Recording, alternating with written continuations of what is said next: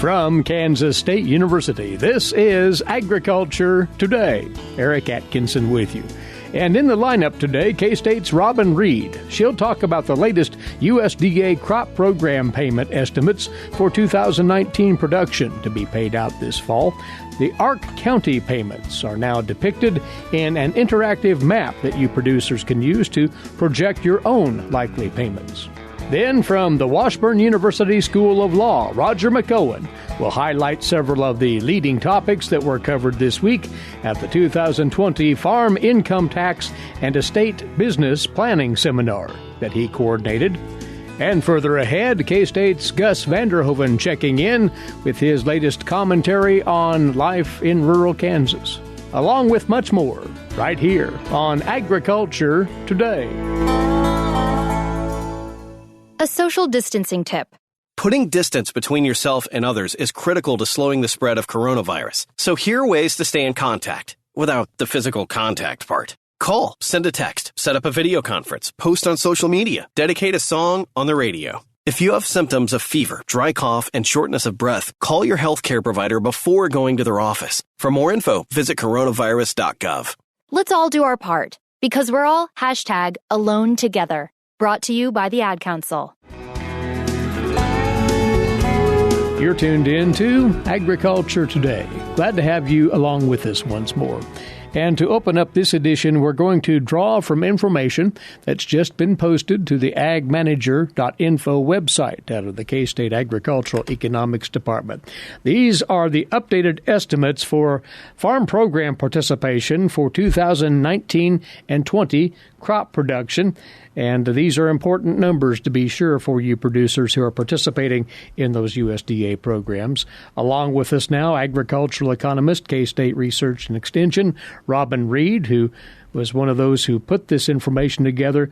And there have been some changes since the last version of this, Robin, so we want to keep people up to speed on these. Yes, and so this is a project that Art Barnaby and I have been doing ever since the 2014 Farm Bill. You know, these are the Ark County and PLC payments that producers enrolled in over a year ago. They received a payment last October, and this would be the payment coming this October for last year's crop. You know, the important thing to remember, once you harvest the crop, there's an entire marketing year where they determine what that price was that you received for that crop and then determine these payments. So that's why, even on the wheat crop that we just harvested now, the payment for that will actually be next year. So just an important thing to remember with that. Now, what we do when we project these Ark County payments, agricultural risk coverage payments, we have an interactive map on agmanager.info that you can look up your county, your crop, and your irrigation type. So we had these out back in February, and what we were using was the National Ag Statistics Service county yields. And there were a lot missing, and with this 2018 Farm Bill, that's actually not the first source of information anymore that Farm Service Agency looks at when they make these payments. So last week we were able to obtain the RMA county yield. So the Risk Management Agency has a program called the Supplemental Coverage Option on your crop insurance, and so they report a crop insurance county yield with that program. And that's what we're using now to project the county yield, which will be determining the Ark County payments. And to stress, that's what the FSA will be using as well as these calculations are finalized, correct? Yes. So the 2018 Farm Bill mandated that FSA look at these RMA county yields first to determine the county yield that they will pay upon for the Ark County program.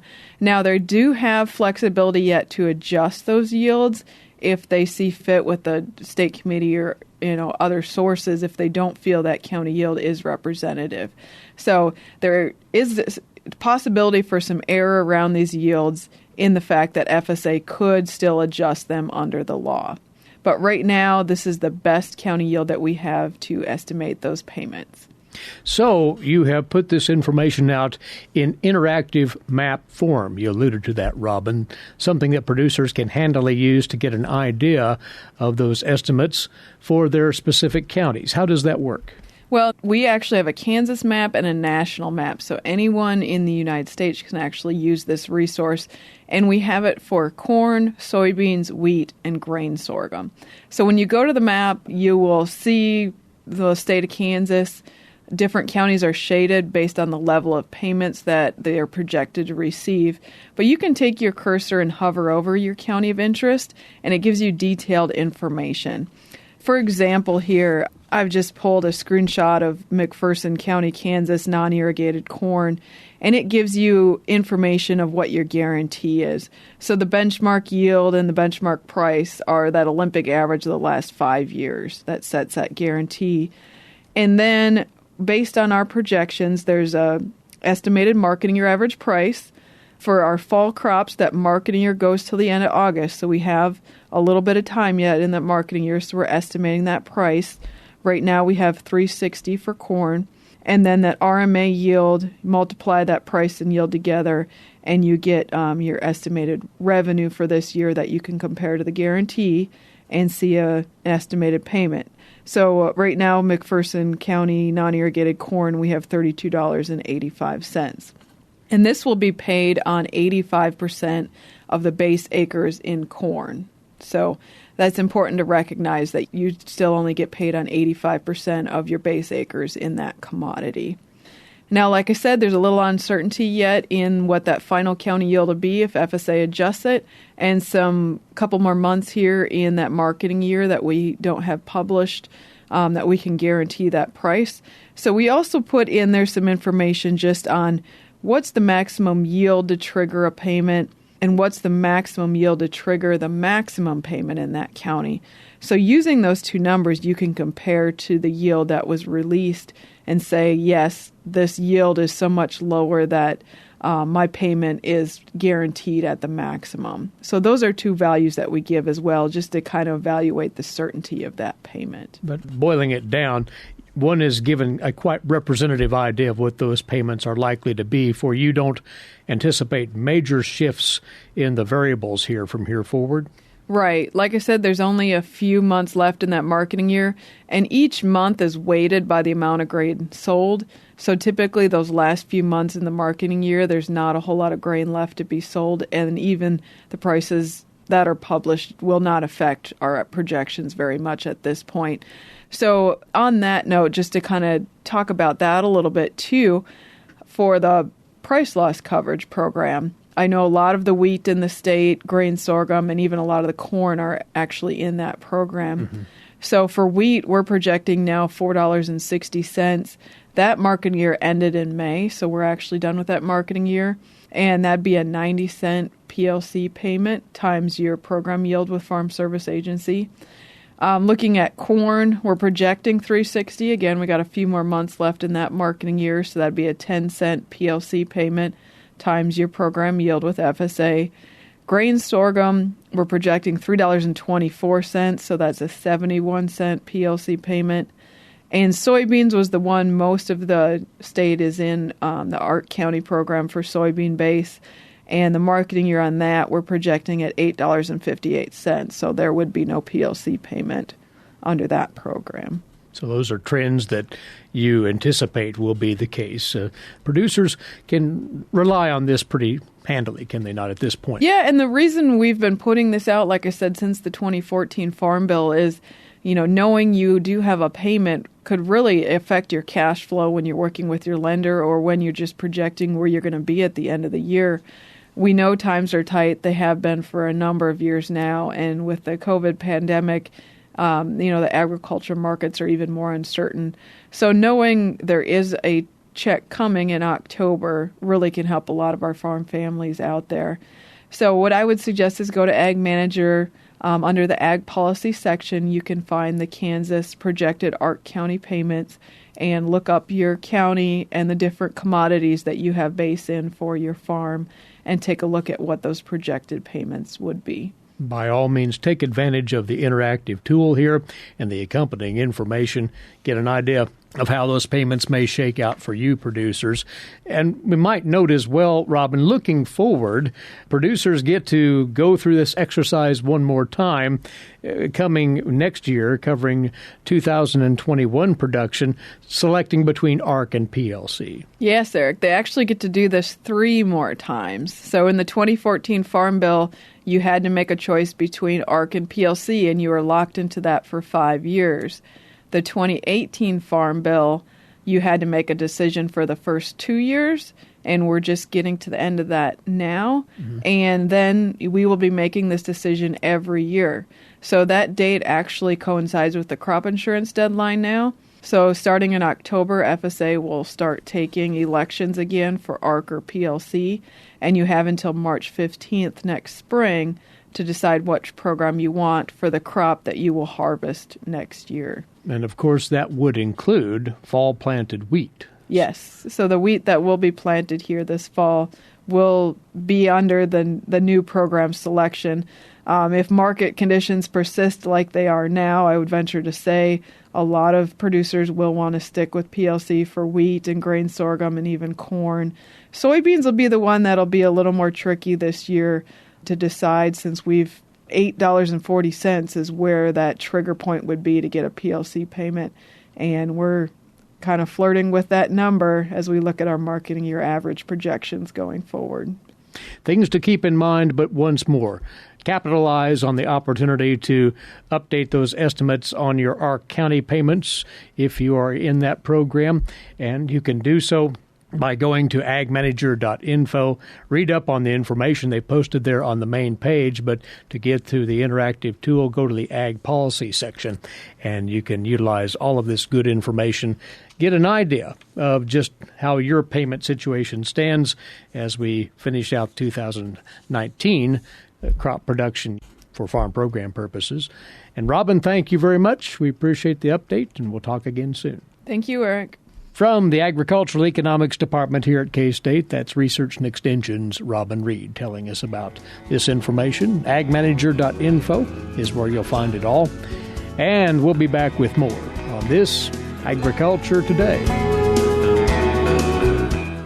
Legal and financial concerns surround the day-to-day management of the agricultural industry. Producers, ag creditors, and USDA agencies rely on Kansas Agricultural Mediation Services.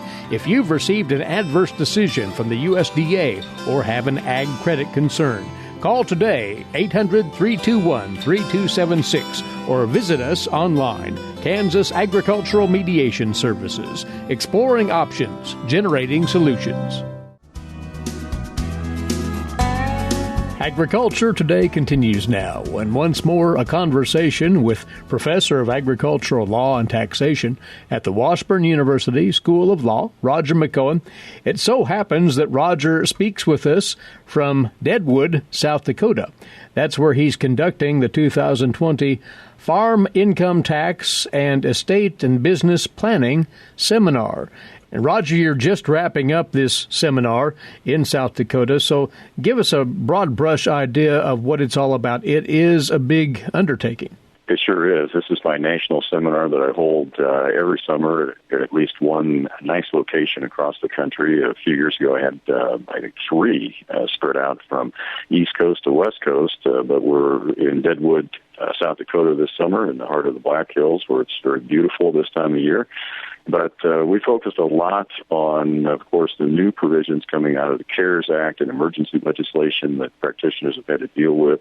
Of course, tax season just ended last week, which is very, very unusual. We kind of lucked out on the scheduling of this. Happened to be right after the filing deadline, just inadvertently. But a lot of new things going on, clients asking a lot of questions about the loans and the grants that are available and the CFAP payments from USDA, how you handle those on the return, what they mean for clients, what are the options that clients have. That was the focus of a large part of the first day of the conference. And we were blessed to have U.S. Tax Court Judge Elizabeth Paris make a 90-minute presentation to us on the first day of the conference, too, and talk about tax court procedure, what happens when you file a case with the tax court, what types of jurisdiction does the tax court have, what type of cases do they hear, and then be able to have a Q&A with the judge. So that was very nice.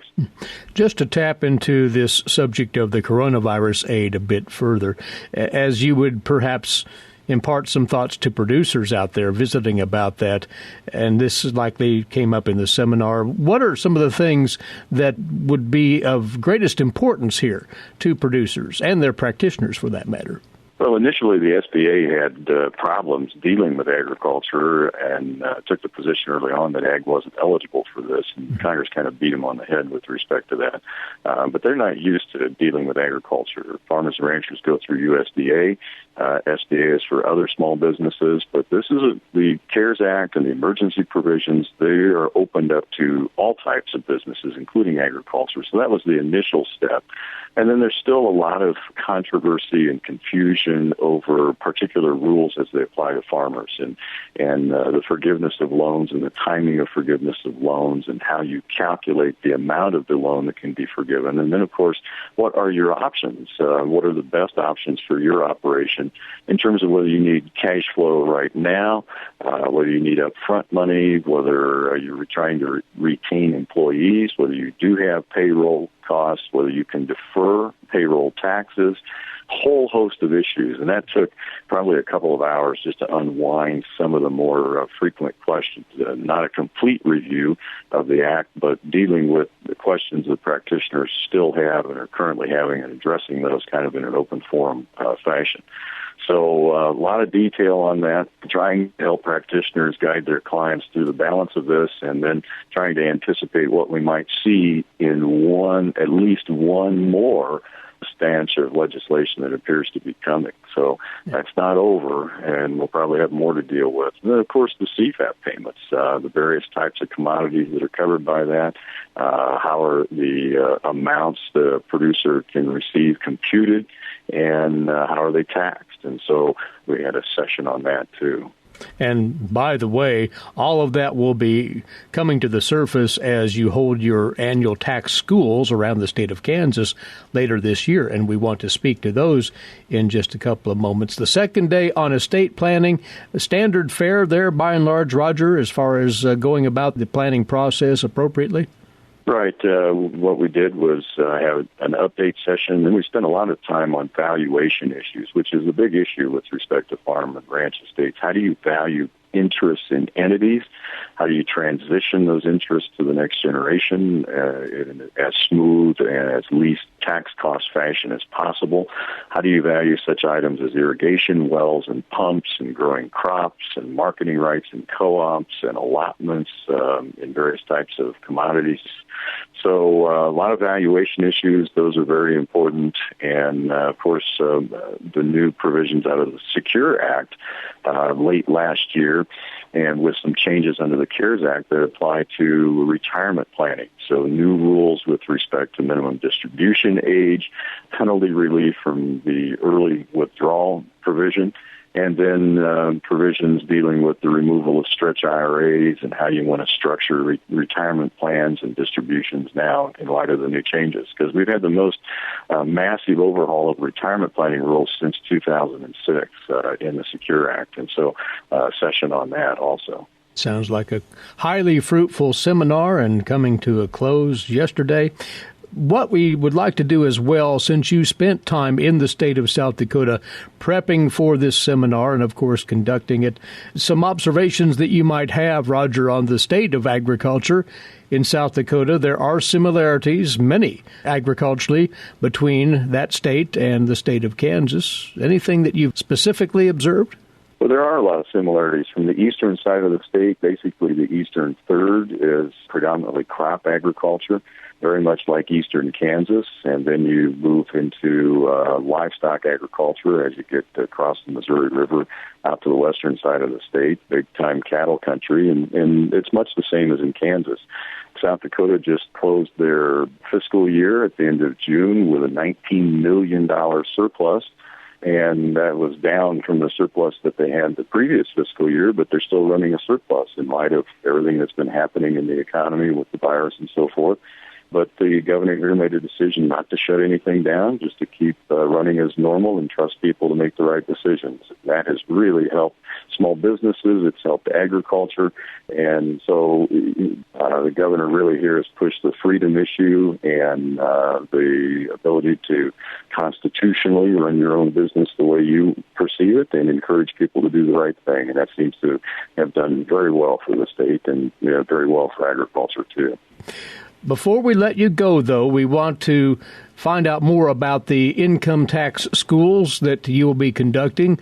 K-State, of course, sponsors these, and it'll be a series taking place the latter part of this year. Those have been set up, and they will move forward, you say, Roger. That's right. We did survey attendees and got a really high response rate from last year's attendees as to what their preference would be for this fall, not knowing exactly what we'll face come the time to start the schools in late October.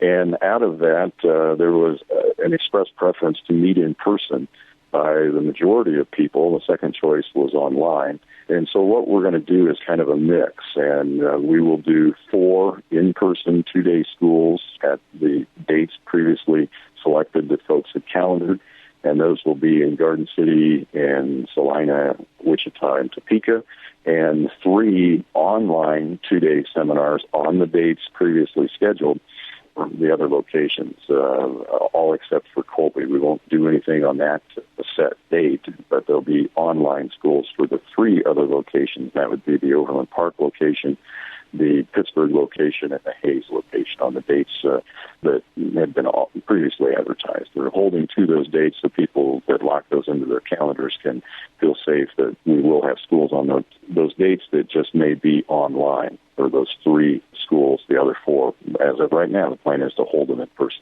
Very good. But the programs will be similar across the 7 sessions, although you will localize them to a certain extent as you go along, correct? That's right. As we move further west in the state, we have a greater emphasis on ag.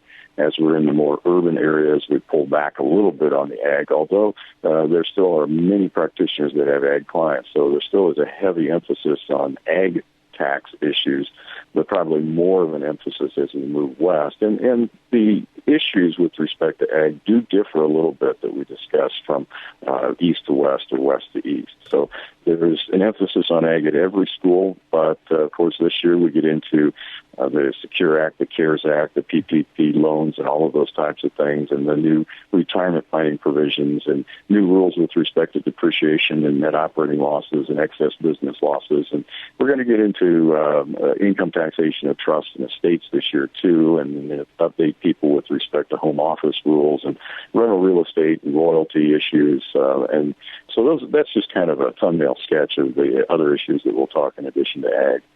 Seems early to be visiting about that series. Here we are still in the latter part of July, but time will move quickly. So if folks would like to look into those programs and get them on their calendars, all of the information to the moment, Roger, is at agmanager.info. Is that correct?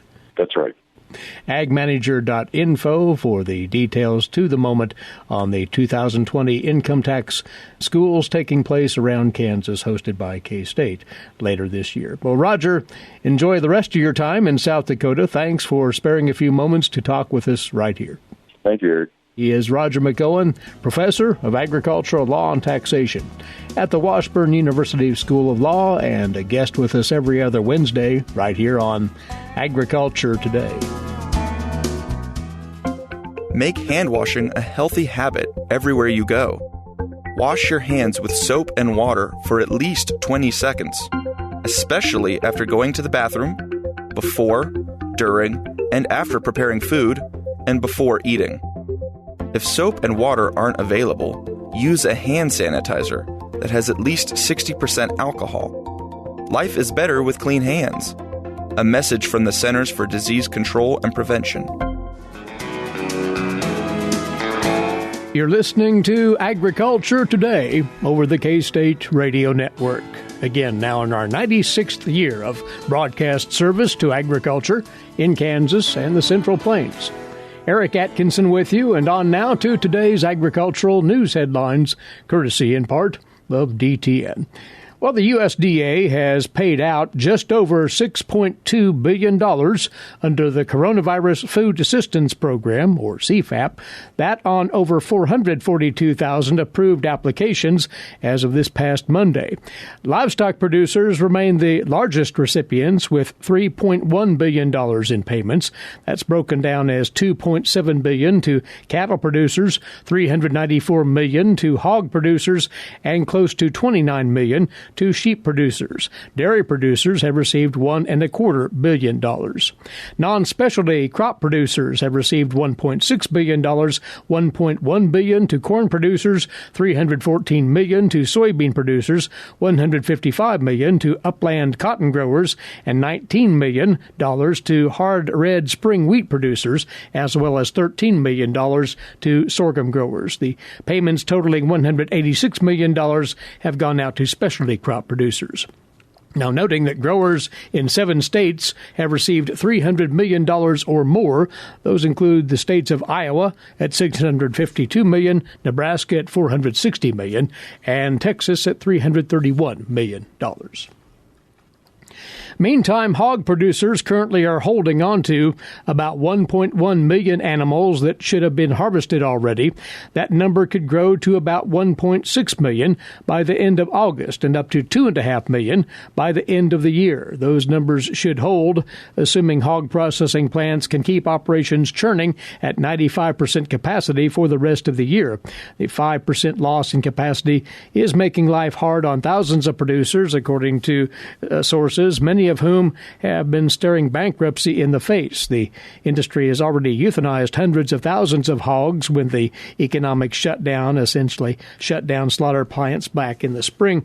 Though the industry has made a comeback, more hogs now flowing into retail outlets, the food service industry has not bounced back as quickly from the shutdown, according to a hog industry economist at Kearns & Associates.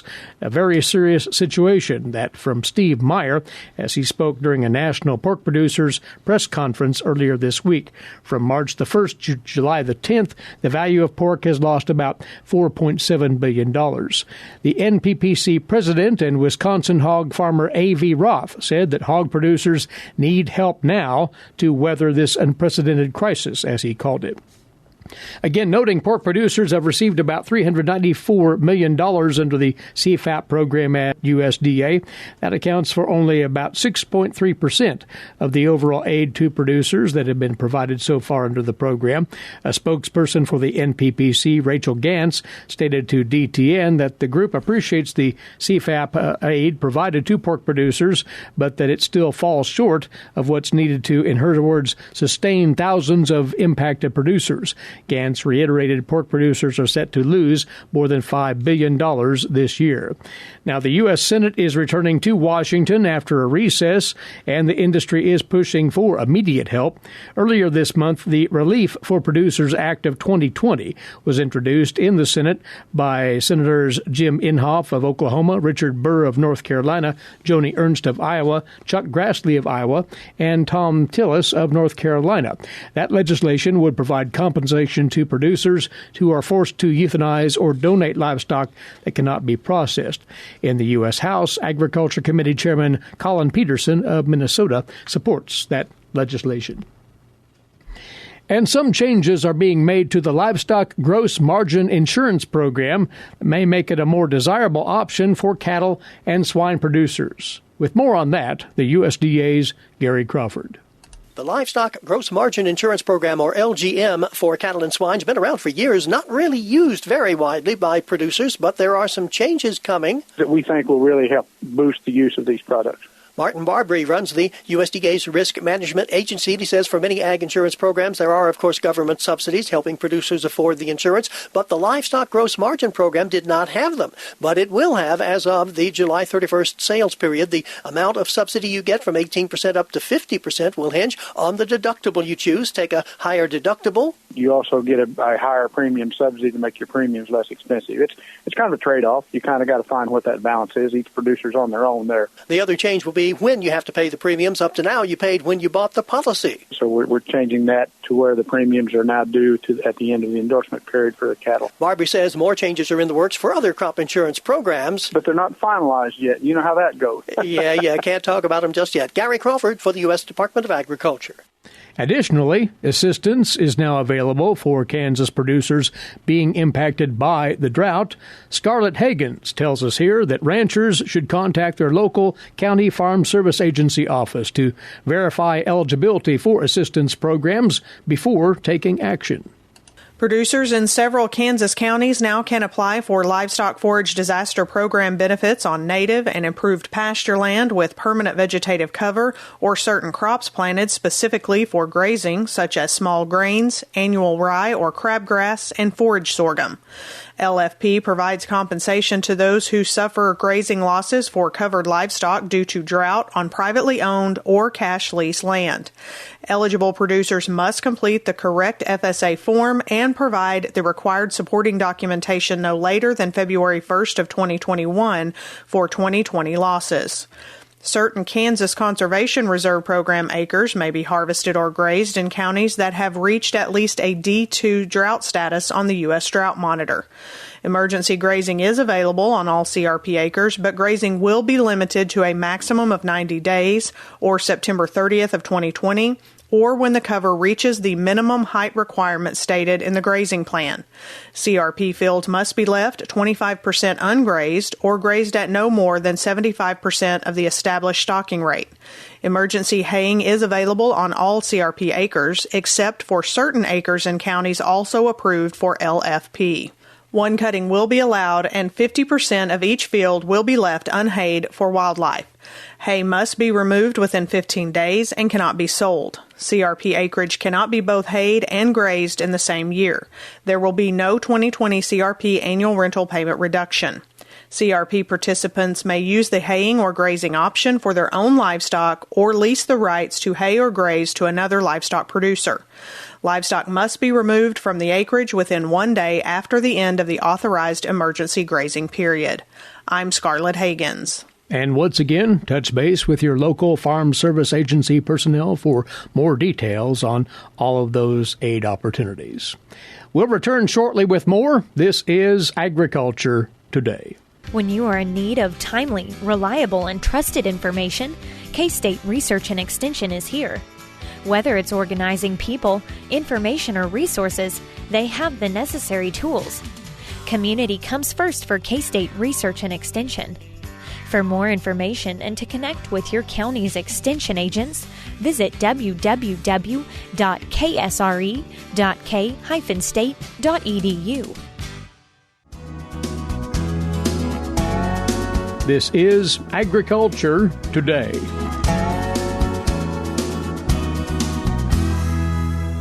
Stop, look, and listen. I will have to ask for help with that problem. That's Gus Vanderhoeven of Kansas State University with comment on life in rural Kansas. I admit, a few days ago I suffered from coronavirus stress. That is, of course, ridiculous because I am okay.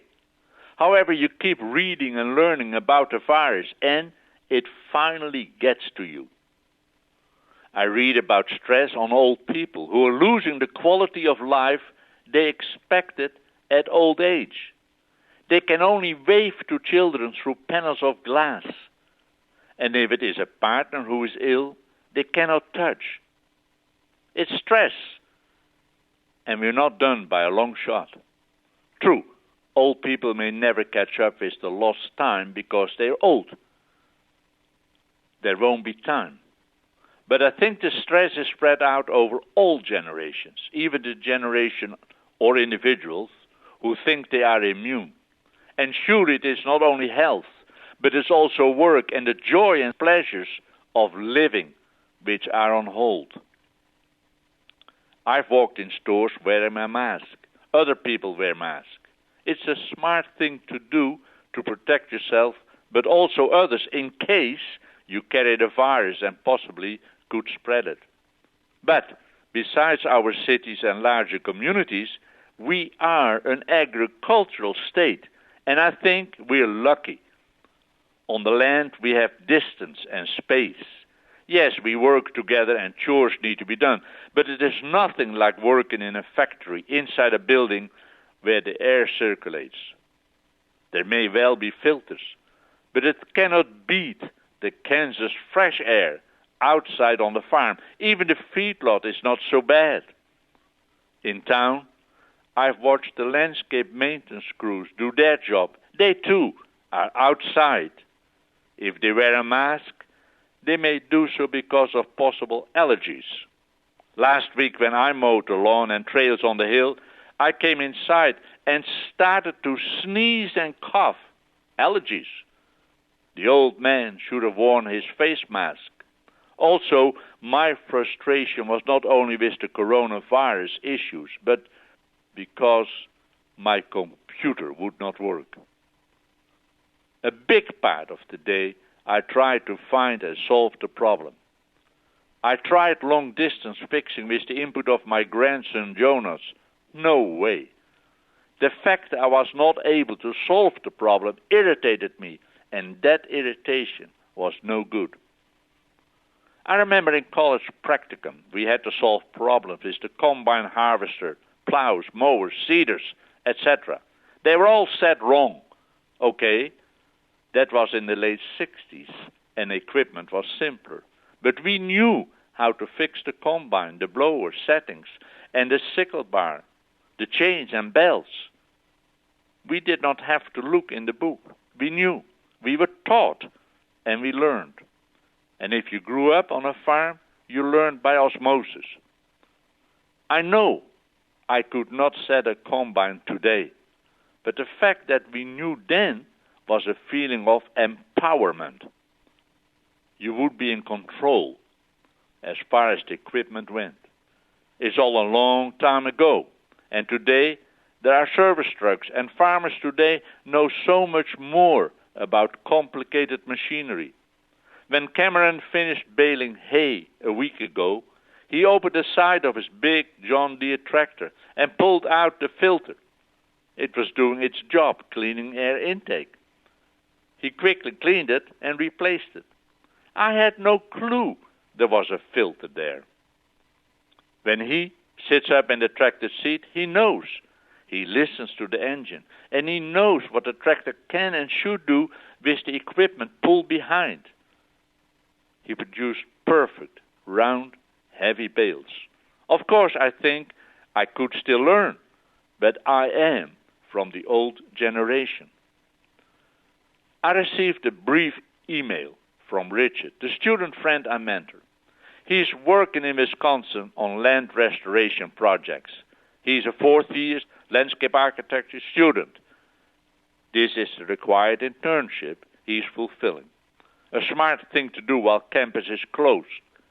He's one of two who found themselves appropriate internships which qualify.